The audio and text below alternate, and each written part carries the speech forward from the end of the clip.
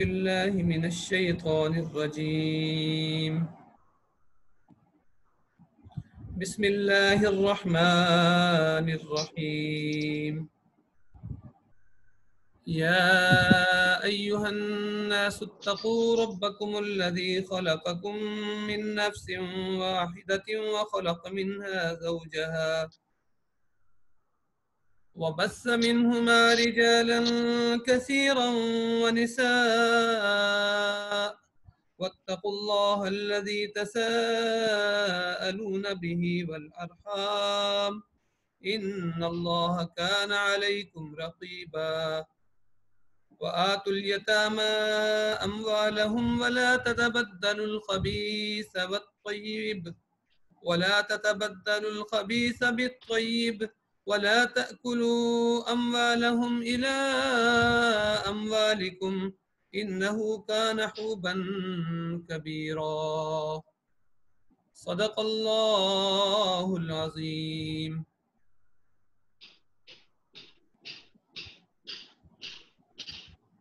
ہمارا آج کا موضوع جس طرح کہ آپ کے ساتھ شیئر کیا گیا تھا وہ ہے اسلام کا معاشرتی نظام. یہ انتہائی ایک اہم موضوع ہے. عموماً جو ہم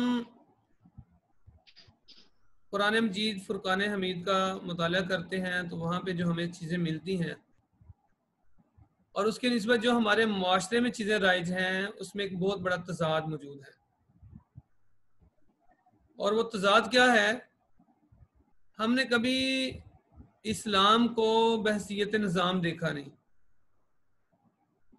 اور موقع بھی نہیں ملتا کہ ہم اس کو بحیثیت نظام کے دیکھ سکیں.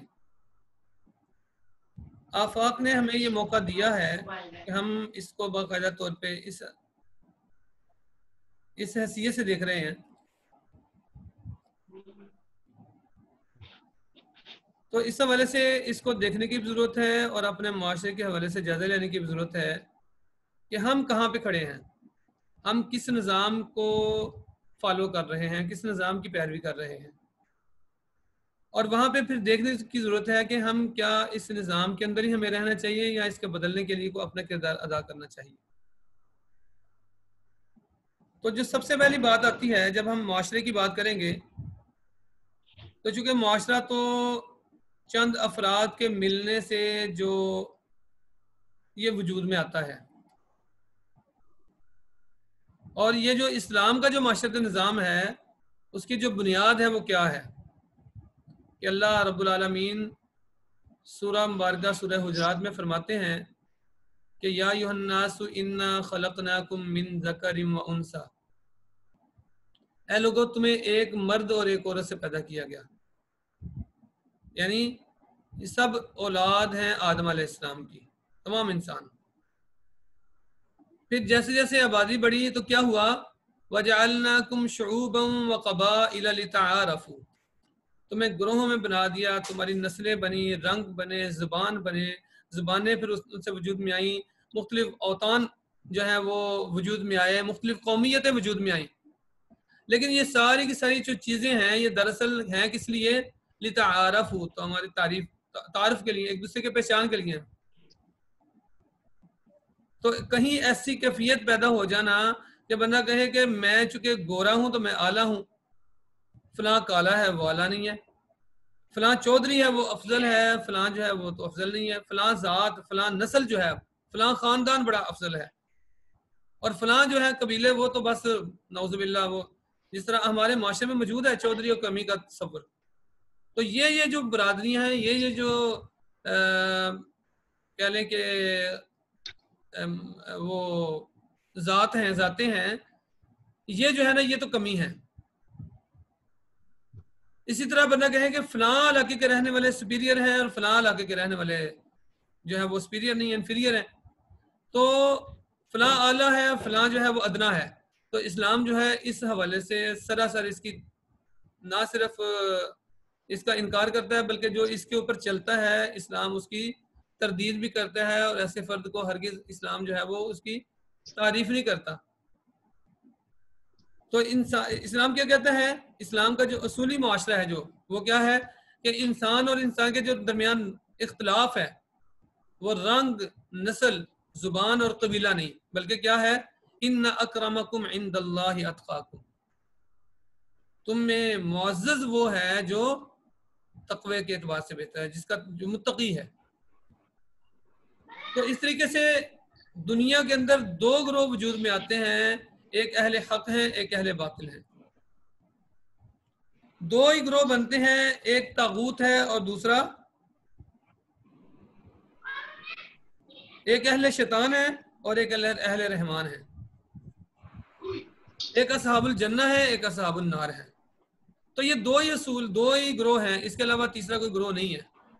باقی جتنے گروہ ہیں وہ قائم ہوئے ہیں، اور اگر وہ تعارف سے ہٹ کے بن گئے ہیں، ان کی پہچان بن گئی ہے کہ یہ گروہ ہوگا تو افضل ہے، اسلام اس کے خلاف چلتا ہے اور اسلام بالکل اس کے خلاف کھڑا ہو جاتا ہے۔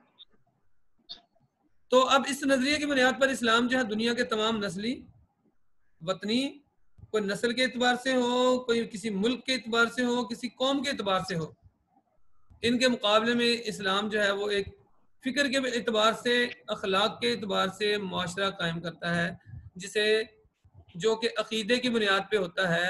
اور اس عقیدے سے مراد ہرگز نہیں ہے کہ شیعہ ایک عقیدہ ہے، سنی ایک عقیدہ ہے، بریلوی ایک عقیدہ ہے، دیوبندی عقیدہ نہیں۔ وہ عقیدہ کیا ہے؟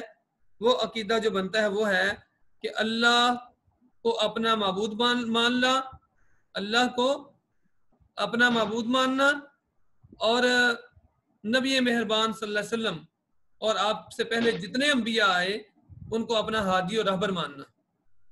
یعنی اس معاشرے کی بنیاد دو نکات ہیں، اللہ، اشہد ان لا الہ الا اللہ و اشہد ان محمد عبدہ و رسولہ، اور جو وما آتاکم الرسول فخذوہ وما نہاکم عنہ فانتہوا، جو رسول دیں اس کو لے لیں اور جس سے منع کریں اس سے باز آ جائیں۔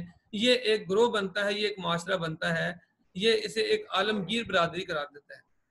ایک فرض سیالکوٹ کے ایک بالکل وہ بارڈر کی پٹی کے اوپر بندہ موجود ہے، اور دوسرا فرد کہیں کسی وہ افریقہ کے کسی جنگل میں بیٹھا ہوا ہے، اور اگر وہ اس بات کو مان لیتا ہے تو یہ دونوں کو آپس میں بھائی بھائی قرار دیتا ہے۔ المسلم اخو المسلم، مسلم مسلم کا بھائی ہے۔ المؤمن اخوت المومن، مومن مومن کا بھائی ہے۔ انما المؤمنون اخوت، مومن آپس میں بھائی ہیں۔ تو وہ ان کے درمیان ایک برادری، ایک عالمگیر برادری قائم کرتا ہے۔ تو یہ جو نسلی اور وطنی جو معاشرے ہوتے ہیں، وہاں پہ تو شرط یہ ہوتی ہے کہ نسل میں پیدا ہونے والا ہی اس کا بھائی ہوگا۔ وطن کے حوالے سے اگر کوئی معاشرہ ہے تو وطن میں پیدا ہونے والا اس کا بھائی ہوگا، باقی کے ساتھ اس کا کوئی تعلق نہیں ہے۔ تو اسلام جو ہے اس کو اس کی بنیاد پہ نہیں کرتا، بلکہ وہ کہتا ہے کہ یہ جو فکر ہے اور یہ جو اصول ہے معاشرے میں، معاشرے کے جو لوگ ہیں ان کے لیے وہاں پہ برابر کے حقوق ہیں۔ تو ایک فرد بلال حبشی رضی اللہ تعالیٰ عنہ ہو یا حضرت عمر فاروق رضی اللہ تعالیٰ عنہ ہو، تو دونوں کو ایک جگہ پہ کھڑا کرتا ہے، دونوں سیدنا ہیں، سیدنا بلال حبشی، سیدنا عمر فاروق رضی اللہ تعالیٰ عنہ، سیدنا سلمان فارسی، سیدنا عمر فاروق رضی اللہ تعالیٰ عنہ، سیدنا صہیب رومی، سیدنا عمر فاروق رضی اللہ تعالیٰ عنہ۔ تو اسلام جو ہے وہ اس طرح کی ایک مساوات قائم کرتا ہے، اور کیا فرمایا کہ لا فضل لعربی علی عجمی ولا اسود علی احمر، کسی اجمی کو کسی عربی پر، کسی گورے کو کسی کالے پر کوئی اہمیت حاصل نہیں ہے، کوئی فضیلت حاصل نہیں ہے، لیکن جو فرمایا تمام لوگ برابر ہیں۔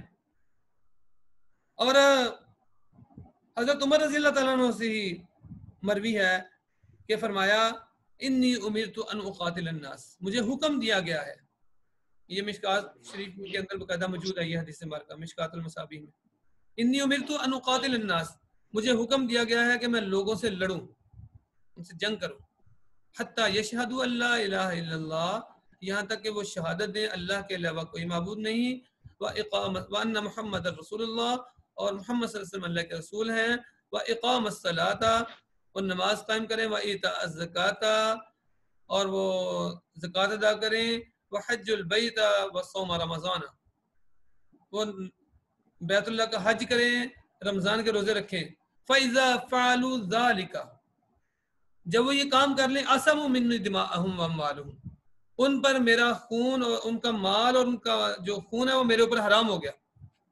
یعنی یہ عالم کی رسم معاشرہ کام کرتے ہیں، ان کے لیے پھر برابر کے حقوق ہیں. اور دوسری طرف وہ لوگ جو اس عقیدے کو نہ مانے، اس ضابطے کو پابندی نہ کرے، تو میں نے کہا کہ دو گروہ ہیں، ایک اہل کفر کا ہے، ایک اہل اسلام کا ہے. تو اسلام ان کے لیے بھی باقاعدہ حقوق مقرر کرتا ہے، اور انسانی برادری کی بنیاد پہ ان کو حقوق ان کے مقرر ہیں، ان کے حقوق واضح ہیں بالکل. پھر اسی طرح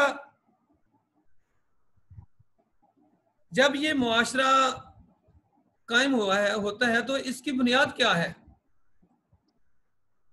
اس کی جو بنیاد ہے وہ خاندان ہے. اور خاندان کہاں سے ہوتا ہے؟ ایک مرد اور ایک عورت کے ملنے سے وجود میں آتا ہے. اور وہ میں نے آیہ مبارکہ آپ کے سامنے تلاوت کی ہیں. یہ سورۃ النساء کے اندر اللہ رب العالمین فرما رہے ہیں، یا ایھا الناس انا خلقناکم من ذکر یا ایھا الناس اتقوا ربکم الذی خلقکم من نفس واحدۃ وجعل منها زوجها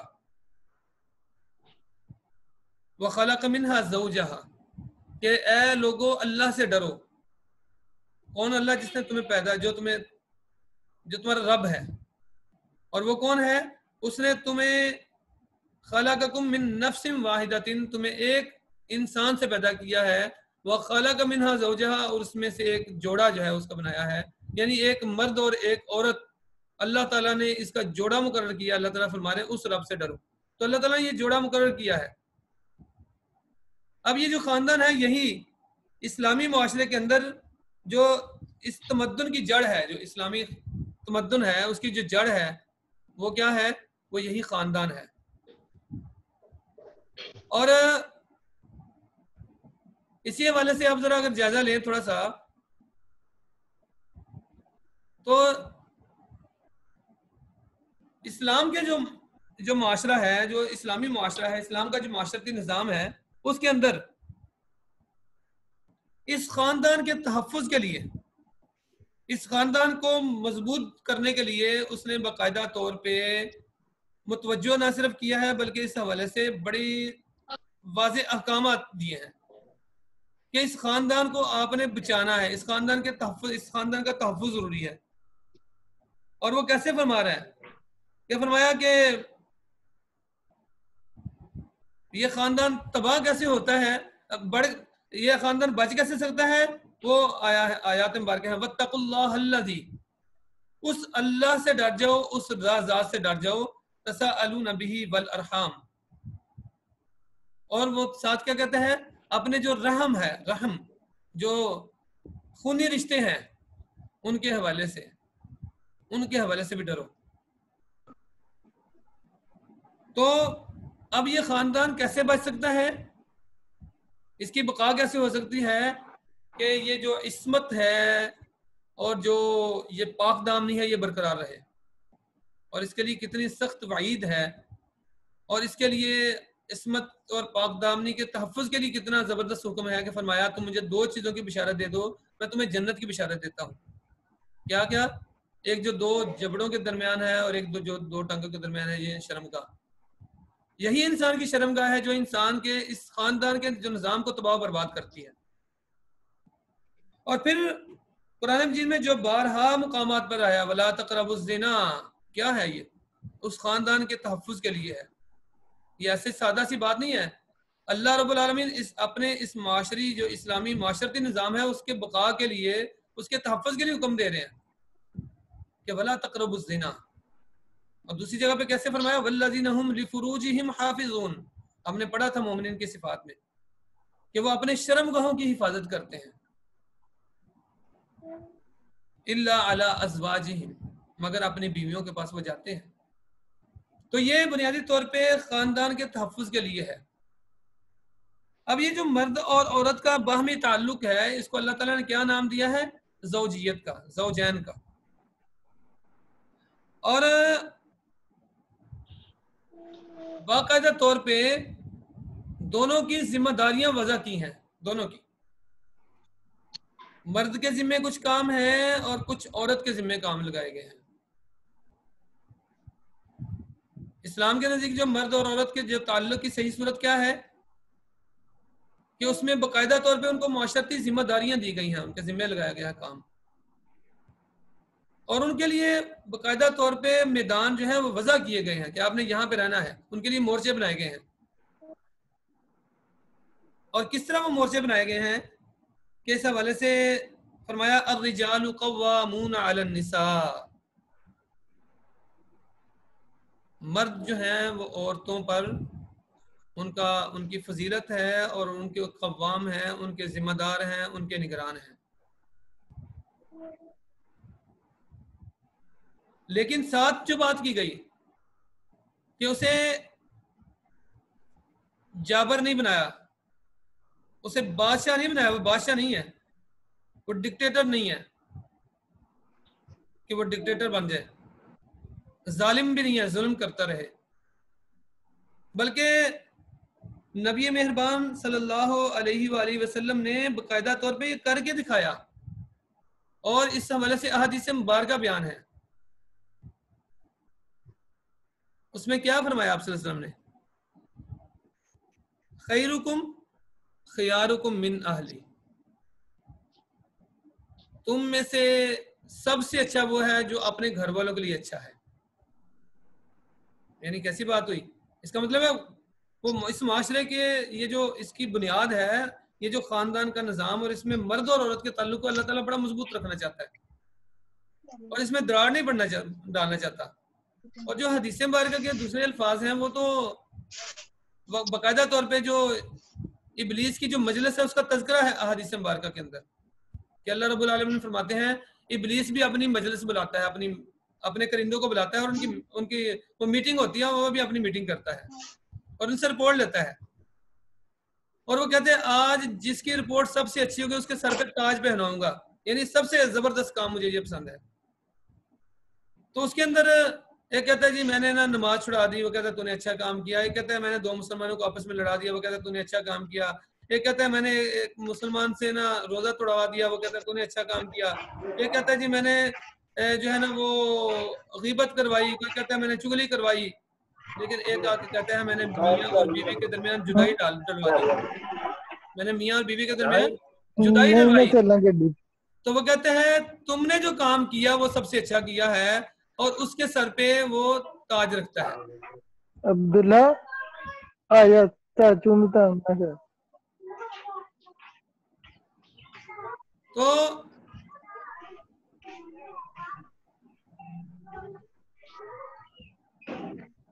اللہ رب العالمین نے اسی خاندان کے تحفظ کے لیے یہ ساری بات ہمیں بتائی ہے. اور پھر اس میں جو رسول اللہ صلی اللہ علیہ وسلم نے ہمیں کر کے دکھایا ہے کہ آپ حضرت عائشہ رضی اللہ تعالیٰ عنہ سے دوڑ کا مقابلہ کر رہے ہیں. وہ کم سن تھی، تھوڑی عمر تھی. آپ صلی اللہ علیہ وسلم کی عمر میں اور حضرت عائشہ کی عمر میں فرق تھا، لیکن آپ صلی اللہ علیہ وسلم تمہارے ہیں عائشہ سے آؤ دوڑ لگاتے ہیں. یعنی اپنی بیوی کے ساتھ وہ اس طرح گزار رہے. تو یہ سارا کیوں ہے کہ یہ جو مرد اور عورت کا جو تعلق ہے یہ مضبوط ہو آپس میں. وہ عورت جو ہے وہ بے بس لونڈی نہ ہو، وہ گھر کے معاملے میں وہ باقاعدہ شریک مشورہ ہو. تو اسلام کے جو نزدیک ہے جو ازدواجی زندگی جو ہے وہ اصل روح ہے وہ کس پہ ہے؟ محبت اور رحمت پہ. اس دو جو میاں اور بیوی کے درمیان جو تعلق ہے یہ محبت اور رحمت والا تعلق ہے، اور اللہ فرما رہے ہیں اس کو برقرار رکھنا ہے، اس کو مضبوط کرنا ہے. اور اس کو کس عقد کہا گیا ہے؟ گرہ لگائی کہ یہ گرہ ہے. تو یہ باقاعدہ اس کے ذریعے سے اس کا آغاز ہوتا ہے، اور اس کی مضبوطی کے لیے کیا ہے کہ مرد کے ذمہ کام ہے کہ اس نے اپنے گھر کے انتظام اور انسلام بھی اس کے ذمہ ہے، اور دوسرے نمبر پہ اس کے ذمہ کیا ہے کہ اس نے باہر نکلنا ہے، معاشرے میں جانا ہے، اور گھر کی کفالت بھی کرنی ہے، روزی کمانی ہے اس نے. پھر دوسرا جو کام ہے گھر کے اندر کیا ہوتا ہے؟ بچوں کی پرورش ہے اور امور خانہ داری ہے، گھر کو سنبھالنا. تو اللہ رب العالمین نے یہ عورت کے سپرد کیا. پھر فیصلہ کا اختیار، جس طرح میں نے پہلے آیہ مبارکہ تلاوت کی، الرجال قوامون علی النساء، فیصلہ کا اختیار مرد کے پاس ہے، لیکن اسے یہ حکم ہے، اللہ رب العالمین بحیثیت مجموعی فرما رہے ہیں، وشاورہم فی الامر، اپنے جتنے بھی کام ہیں، اہل ایمان کی صفت یہ ہے، ان کے فرمایا جا رہا ہے کہ اپنے کاموں میں، اپنے فیصلوں میں وہ مشاورت کرتے ہیں. فَإِذَا عَزَمْتَ فَتَوَكَّلْ عَلَى اللَّهِ، جب وہ عزم کر لیتے ہیں، فیصلہ کر لیتے ہیں، پھر اللہ پر بھروسہ کرتے ہیں. تو اس میں مشاورت ہے کہ گھر کے نظام کو کیسے چلانا ہے، بیوی کے ساتھ مشاورت کا ہے. اور البتہ اس کے اختیارات مرد کو دیے ہیں. پھر صرف اتنی بات نہیں ہے، اس کی تنظیم و تربیت کے لیے باقاعدہ ضروری یہ فرمایا کہ اس کے لیے باقاعدہ انتظامات کیے جائیں. اس کے لیے باقاعدہ طور پہ کچھ حدود و قیود وضع کی جائیں فیملی کے اندر. مجھے یاد ہے اچھی طرح، اکبر خان صاحب ہیں لیڈز گرامر سکول، یہ ہمارے جو سیالکوٹ کے لوگ ہیں ان کو جانتے ہوں گے، ایک ہمارا لیڈنگ سکول ہے. تو ہم ان کے گھر گئے، انہوں نے بتایا ہم نے گھر میں یہ ڈیسائیڈ کیا ہوا ہے، یہ فیصلہ کیا ہے گھر میں کہ جو کوئی بھی نہائے گا، تو آپ کو پتہ ہے نہانے کے بعد وہ صابن کے ساتھ اوپر بال لگ جاتے ہیں، آپ کے علم میں ہے.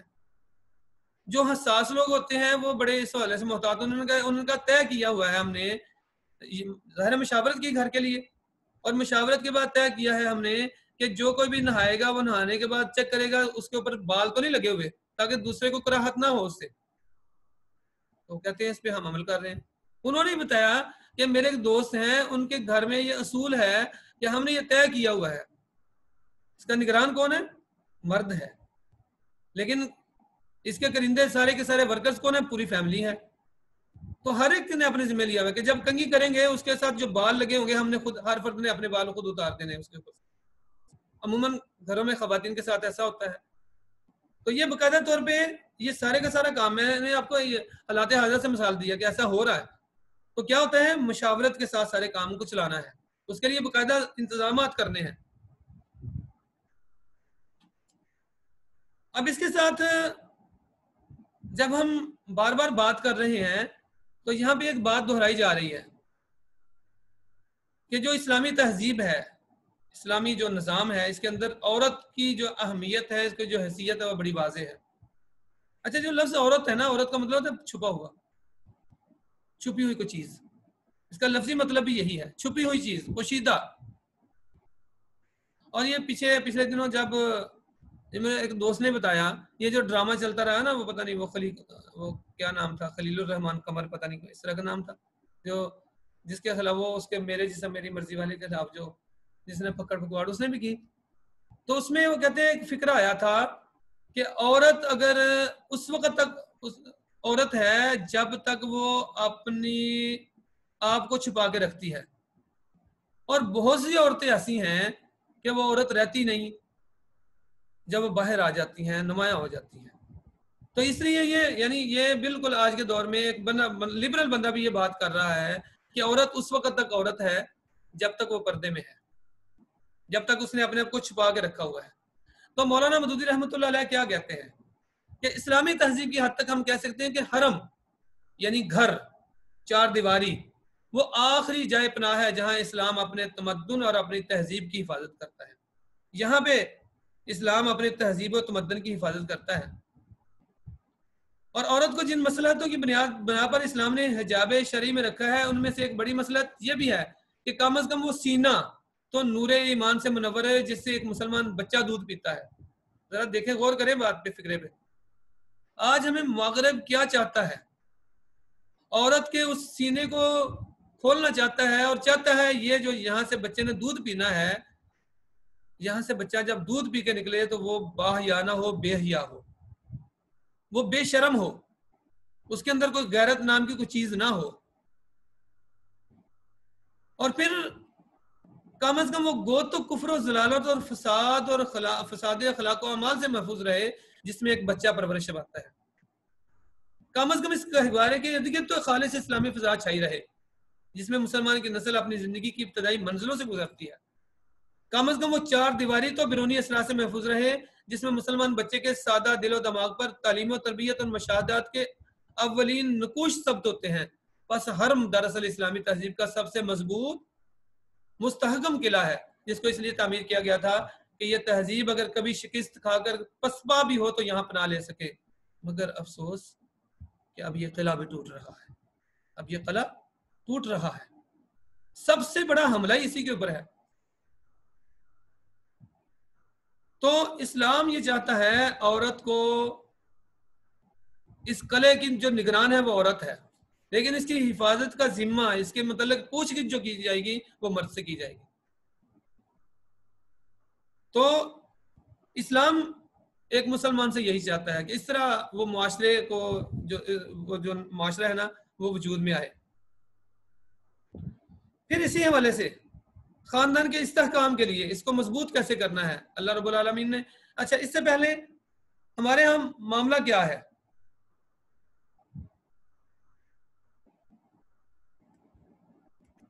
کہ اسلام جو ہے اور مغرب،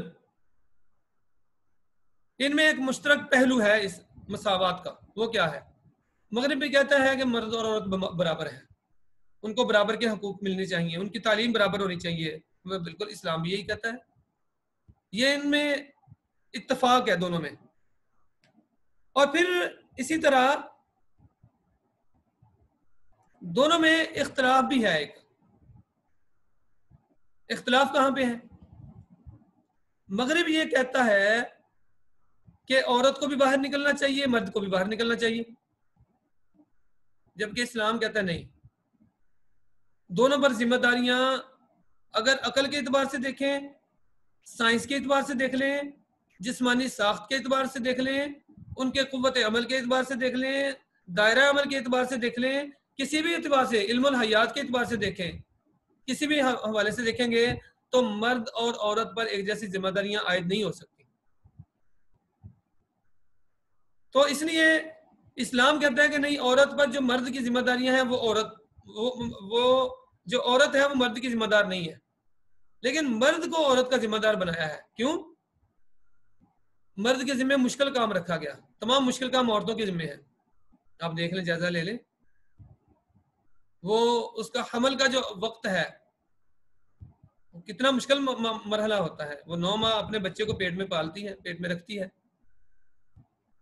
پھر آپ یہ بھی دیکھیں کہ دودھ پلانے کے دوران 2 سال بچے کو دودھ پلانا، کس طرح وہ راتوں کو اٹھتی ہے، رات کی نیند حرام کرتی ہے، کس طرح اپنے بچے کو بھی سنبھال رہی ہے، کھانے پینے کا بھی اہتمام کر رہی ہے، گھر کی وہ جو صفائی ستھرائی کا بھی اس کے ذمہ ہے۔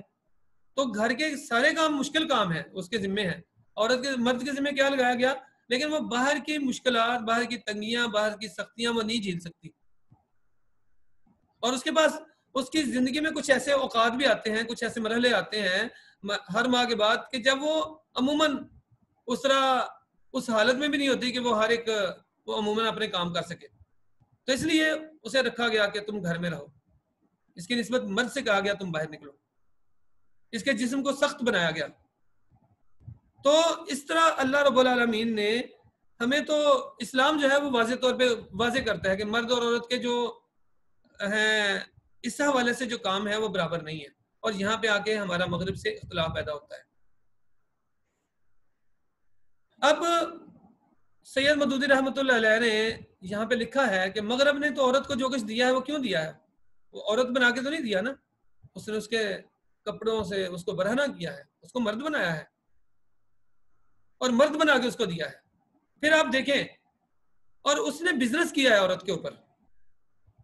پہلے عورت کو باہر نکالا اس 4 دیواری سے، باہر نکالنے کے بعد پھر اسے کہا اب تم باہر آئی ہو تو تمہیں بننا سجنا سورنا چاہیے۔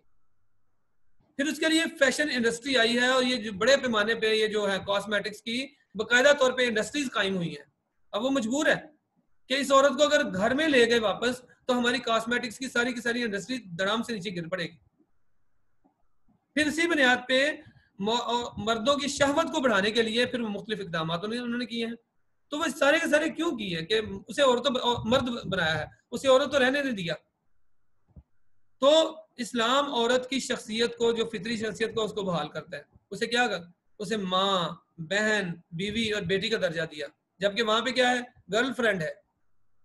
وہاں پہ ایک مرد کے پاس کتنی گرل فرینڈز ہیں، نہ تو اس کا وہ حرم محفوظ رہا، نہ اس کی عزت محفوظ رہی، نہ اس کی عصمت محفوظ رہی۔ اور پھر آپ دیکھ لیں کیا ہو رہا ہے وہاں پہ، وہ زنا کی وجہ سے بچہ ہوتا ہے، پھر اس کو وہ اس کے لیے ایک برائی کا راستہ کھولا نا، پھر اس کے لیے کوئی جائے قرار نہیں ملا۔ اس کو بیٹا ہوا ہے، بچہ ہوتا ہے، اس کو وہ ڈے کیئر میں بھیج دیتے ہیں۔ پھر وہ ہمیں بچہ پرورش پتہ ہے، نہ اس کو ماں کا پتہ، نہ باپ کا پتہ، نہ بھائی کا پتہ، نہ بہن کا پتہ، کسی کا کچھ پتہ نہیں ہے۔ پھر وہ ماں اپنے اس باپ کو، بچے کے باپ کو تلاش کرنے میں لگ پڑتی ہے، اس کو پتہ ہی نہیں چلتا کون ہے۔ تو کتنا عجیب و غریب معاشرہ ہے۔ اس کی نسبت ہمارے ہاں کیا ہے؟ وہ پہلے ماں ہے، وہ بیوی ہے، پھر وہ بیوی سے ماں بنتی ہے، اس طرح وہ بہن کے روپ میں آتی ہے، اسی طرح وہ بیٹی کے روپ میں بھی آتی ہے، اس کو روپ دی ہے، اس کو عزت دی ہے۔ اب خاندان کا جو استحکام ہے، اس کو مضبوط کرنے کے لیے باقاعدہ طور پہ اسلام نے کیا کیا ہے؟ پردے کے احکامات نازل کیے ہیں۔ اب بدقسمتی سے ہمارے سو کالڈ جو فلاسفرز ہیں، اسکالرز ہیں، وہ بھی اس میں سے نکتہ چینیاں کرتے کرتے کوشش کرتے ہیں کہ یہ پردہ جو ہے اس کا کہیں دل کا پردہ ہوگا جی، کہیں تو جناب یہ پردہ تو بس ایسے ہی نعوذ باللہ، وہ کبھی کہیں کہتے ہیں یہ رسوم جاہلیت میں سے ہے۔ یہ خود وہ یہ جو بڑے بڑے جن کو اعزازات ملتے ہیں، وہ سب سے پہلے کام ہی کرتے ہیں۔ اعزاز اس لیے ملتا ہے کہ تم بکواس کرو اسلام کے خلاف، اسلام کے شاعر کے خلاف۔ لیکن مقصد کیا ہے؟ جب کوئی کہہ رہا ہے نا پردے کی ضرورت نہیں ہے، تو وہ خاندان کے اوپر براہ راست حملہ کر رہا ہوتا ہے۔ پھر مردوں اور عورتوں کے آزادانہ میل جول کی ممانعت ہے، مخلوط محفلوں پہ پابندی ہے، پھر موسیقی اور تصاویر پر پابندیاں کہ یہ بے جا تصاویر، پھر فحش۔ شیطان نے جو کام کیا، آپ پڑھیں قرآن مجید میں تو کیا آتا ہے کہ انہوں نے جب اللہ نے فرمایا اس درخت کے پاس نہ جانا، تو آدم علیہ السلام اور حوا علیہ السلام کے متعلق ہے کہ شیطان نے ان کو ورغلا لیا۔ ورغلانے کے بعد جو ہوا وہ کیا ہوا؟ وہ قرآن مجید کے الفاظ واضح ہیں کہ وَطَفِقَا يَخْصِفَانِ عَلَيْهِمَا، ان کے اوپر وہ حصے واضح ہو گئے جو چھپے ہوئے تھے، پوشیدہ تھے۔ اور پھر انہوں نے کیا کیا؟ وَطَفِقَا يَخْصِفَانِ عَلَيْهِمَا مِنْ وَرَقِ الْجَنَّةِ، وہ جنت کے پتوں کو اپنی شرمگاہوں پہ رکھنے لگے۔ یعنی شیطان نے یہ کام کیا کہ اس شرمگاہ کو ایک مرد اور عورت کے سامنے اس کو ننگا کرنا چاہتا ہے، وہ اس کو برہنہ کرنا چاہتا ہے مرد کو اور عورت کو۔ اسلام کیا چاہتا ہے؟ اس کو ڈھانپنا چاہتا ہے، اور آپ دیکھ لیں اسلام نے اس کو ڈھانپا بھی ہے۔ تو بنیادی طور پہ یہ سارے جو احکامات دیے ہیں، اس لیے دیے ہیں کہ وہ خاندان کا جو استحکام ہے وہ مضبوط رہے۔ اور یہ جو فحاشی اور ریانی ہے، سید مدعی رحمۃ اللہ علیہ فرماتے ہیں کہ یہ فحاشی اور ریانی کو محض قانونی طور پر ناجائز قرار دینا ہی کافی نہیں ہے کہ یہ چیز ناجائز ہے، بلکہ یہ چار جو چیزیں ہیں، پردے کے احکامات کو نافذ کرنا، مردوں عورتوں کے آزادانہ میل جول کو روکنا، موسیقی اور تصاویر پر جو پابندی ہے، یعنی ایک حد تک اس کے اندر گنجائش ہے تصویر پہ، لیکن عورت اور مرد کھڑے ہیں تصاویر بنوا رہے ہیں، غیر محرم کے ساتھ بنوا رہے ہیں اور شوقیہ بنوا رہے ہیں۔ پھر فواحش ہے، فحش باتوں کا روکنا۔ تو اسلام کہتا ہے کہ پہلے ان چار قسم کی تدابیر کو بھی اختیار کرو۔ ایک بندہ کہتا ہے میں نے جناب فحاشی اور ریانی کو روک دیا ہے، لیکن اس نے اگر اس چار چیزوں کو نہیں روکا تو آپ یوں سمجھ لیں کہ یعنی اس کو قانونی طور پہ ناجائز قرار دے دیا ہے، تو اس سے کام مکمل نہیں ہوا اگر یہ چار باتوں کی طرف توجہ نہیں دی جا رہی۔ اسلام کا معاشرتی نظام، اسلام کا جو معاشرہ ہے وہ قائم نہیں ہو رہا۔ تو اسلام کا جو مطلوب معاشرہ کیا ہے؟ وہ یہی ہے کہ تعلیم و تربیت کے ذریعے پہلے فرد کی اصلاح، اس کے اصلاح افکار کی جائے، اس کی تربیت اس طرح کی جائے کہ وہ خود رکے، اس کو تکلیف محسوس ہو کہ وہ اللہ کے حکم کو توڑے گا۔ پھر اگر ایسا نہیں ہو رہا تو پھر ایسے اسباب جو ہیں ان کو ختم کر دیا جائے جس سے یہ کام ہو رہا ہے، یعنی اسباب کو بھی پروان نہ چڑھنے دیا جائے۔ پھر اس تمدن میں، اس تمدنی زندگی میں جہاں کوئی رکاوٹیں ہیں، کوئی بیریئر وہاں پہ ہوں، کوئی ایسے عائد کر دیے جائیں، ایسے قوانین بنا دیے جائیں کہ جس سے جرائم جو ہیں وہ آسانی سے نہ ہو سکیں. اگر یہ کام ہو جاتا ہے تو اسلام کیا کہتا ہے کہ یہ ان تمام رسموں اور رواجوں کو سخت ناپسند کرتا ہے کہ جن کی وجہ سے نکاح مشکل ہو جائے.